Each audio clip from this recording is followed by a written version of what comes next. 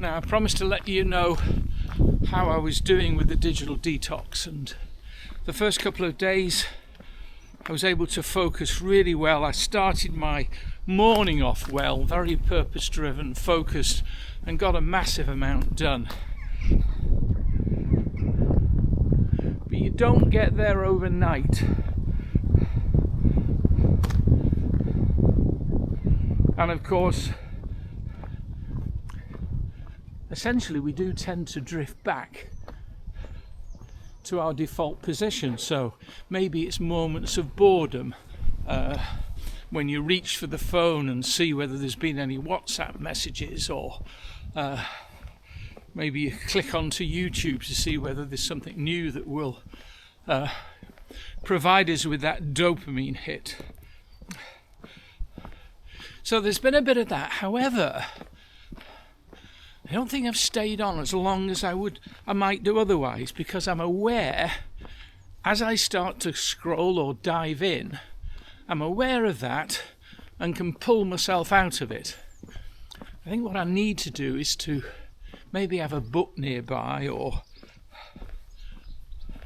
something else that when that happens, I can default to the book or the glass of water, or to get up and walk around, or to go out. I think it's finding those. So I think if everybody's looking to detox, don't believe it's just pure willpower, because it isn't.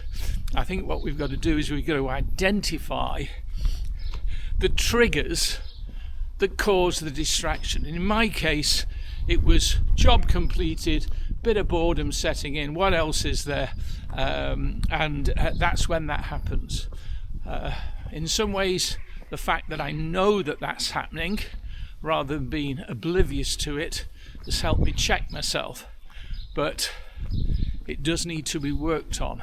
What's the trigger, the default trigger, and how can I change that trigger to something that I want to happen, and something that aligns me with where I want to get to. So there you are, after a few days. Progress. Definitely some progress. I tell you what I have noticed in a couple of meetings I've had this week. The way other people are constantly looking at their phone and tapping, and maybe they're doing messages that they believe are important, but they are not engaging in what I think is a conversation between two people.